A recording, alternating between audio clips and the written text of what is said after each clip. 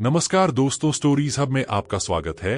दोस्तों, यह कहानी उन दिनों की है जब गौतम बुद्ध अपने शिष्यों के साथ विभिन्न स्थानों की यात्रा कर रहे थे। उनकी शिक्षा सरल शब्दों में गहरी जीवन सच्चाइयों को व्यक्त करती थी, जो हर वर्ग और आयु के लोगों को आकर्षित करती थी।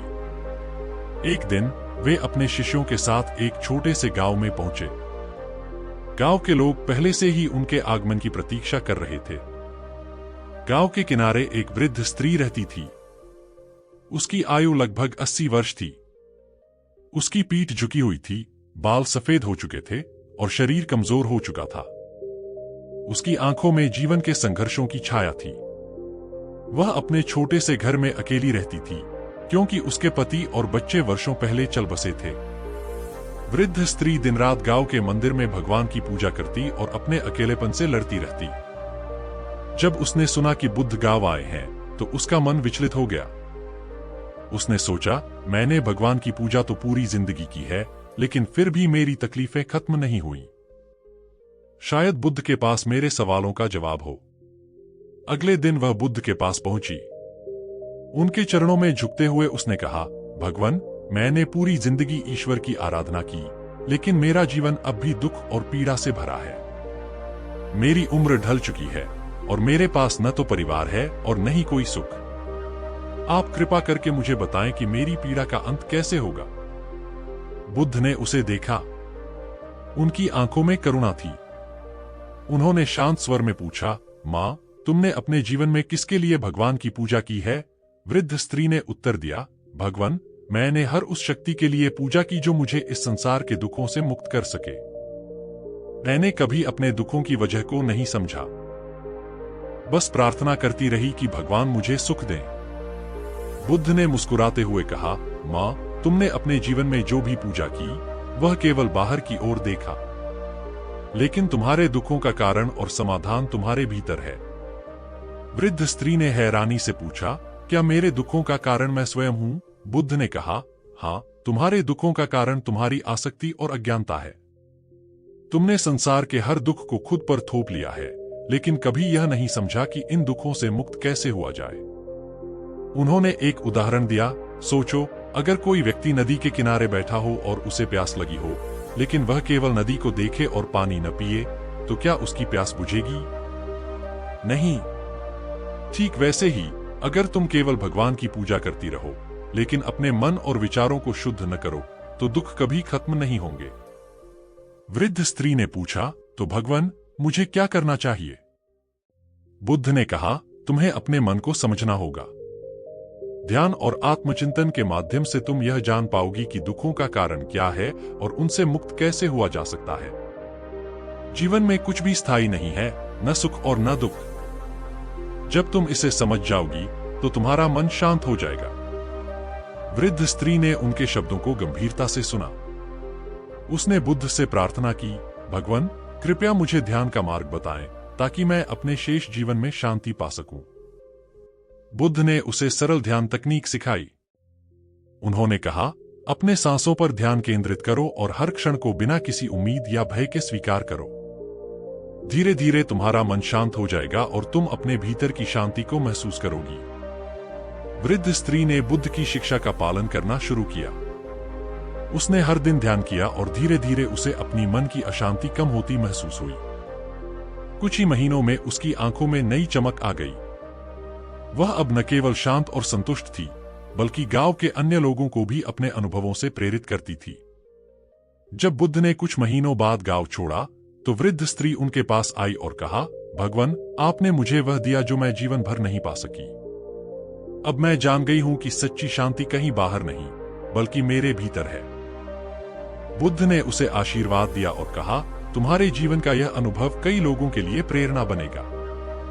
सच्चाई को जानने के बाद व्यक्ति संसार के हर दुख से मुक्त हो सकता है। वृद्ध स्त्री का जीवन उस दिन से बदल गया। वह अब अकेलेपन और दुख से घबराती नहीं थी, बल्कि हर क्षण को पूरी समझ और संतोष के साथ जीती थी। उसकी कहानी गांव के हर व्यक्ति के लिए प्रेरणा बन गई और लोगों ने अपने जीवन में भी ध्यान और आत्मचिंतन को अपनाया। इस तरह बुद्ध ने एक वृद्ध स्त्री के जीवन में न केवल शांति लाई, बल्कि उसे यह समझ भी दी कि सच्ची खुशी और मुक्ति केवल भीतर से ही संभव है। वृद्ध स्त्री के जीवन में बुद्ध की शिक्षा ने गहरी जड़ें जमा ली थी। उसने अब अपने दैनिक जीवन को ध्यान, आत्मचिंतन और सेवा के साथ बिताना शुरू कर दिया। गांव में जो लोग पहले उसे अकेली और असहाय समझते थे, वे अब उसकी ऊर्जा और शांति से प्रेरित होने लगे। एक दिन गांव के कुछ युवा उसके पास आए और बोले, दादी, आपने अपने जीवन में इतना दुख झेला, फिर भी अब आप इतनी शांत और प्रसन्न कैसे हैं? क्या हमें भी इसका रहस्य जानने का मौका मिलेगा?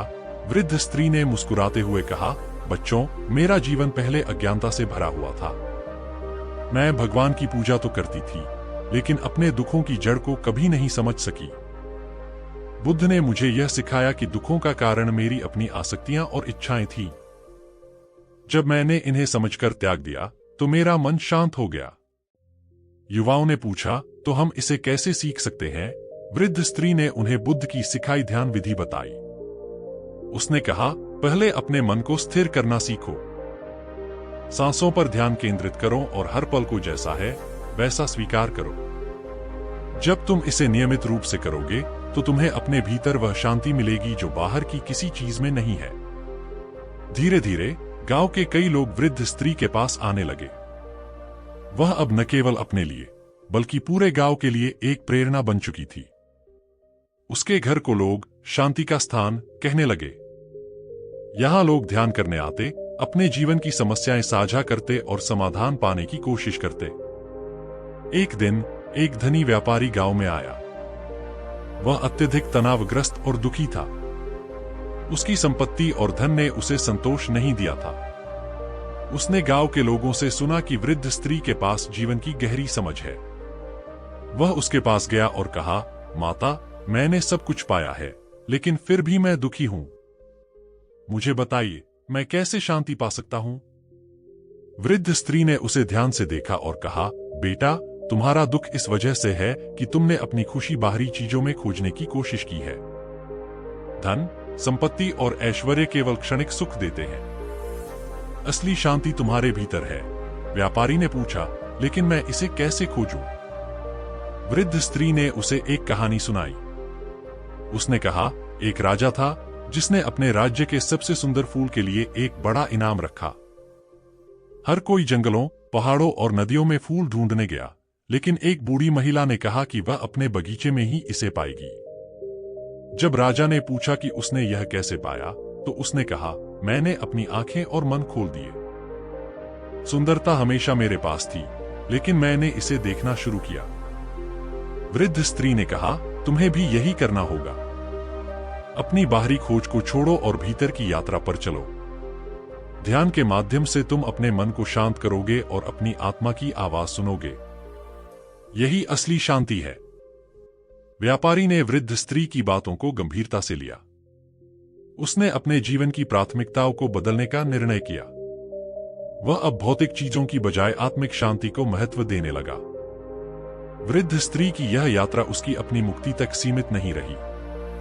उसने गांव और उसके आसपास के क्षेत्रों में ध्यान और आत्मचिंतन का संदेश फैलाया। बुद्ध की शिक्षाएं जो उसने सीखी थीं, अब वह हर किसी तक पहुंचा रही थी। कुछ वर्षों बाद जब वृद्ध स्त्री का जीवन अपने अंतिम पड़ाव पर था, तो उसने गांव के सभी लोगों को बुलाया। उसने कहा, मेरा जीवन एक समय में अंधकार से भरा हुआ था, लेकिन बुद्ध की शिक्षाओं ने मुझे प्रकाश दिखाया। मेरी यही प्रार्थना है कि तुम सब भी अपने भीतर के उस प्रकाश को खोजो। बाहर की दुनिया में तुम्हें सुख नहीं मिलेगा, लेकिन भीतर की यात्रा तुम्हें सब कुछ दे सकती है। उसके जाने के बाद गांव के लोग उसे एक संत के रूप में याद करने लगे।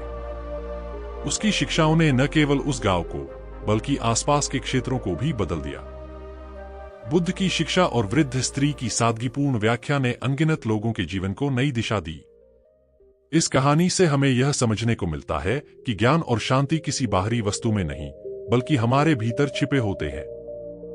बुद्ध की सिखाई राह पर चलकर हम अपने दुखों को समाप्त कर सकते हैं और सच्ची शांति पा सकते हैं। ऐसी और भी कहानी सुनने के लिए हमारे चैनल स्टोरीज हब को सब्सक्राइब करें और लाइक करें। धन्यवाद।